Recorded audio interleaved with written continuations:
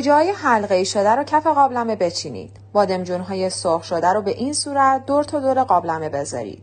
روی گوجه‌ها مقداری برنج آبکش شده، مرغ پخته و ریش شده، بادمجون حلقه‌ای شده، سیب زمینی حلقه‌ای سرخ شده بریزید. به مابقی برنج زیره سیاه اضافه و مخلوط کنید، روی مواد بریزید و فشرده کنید. در نهایت روی برنج روغن حیوانی و آب مرغ بریزید و اجازه بدید 40 دقیقه روی حرارت بمونه تا دم بکشه. وقتی دم کشید برگردونید و تو ظرف دلخواه سرو کنید. به به، اینم از تهجین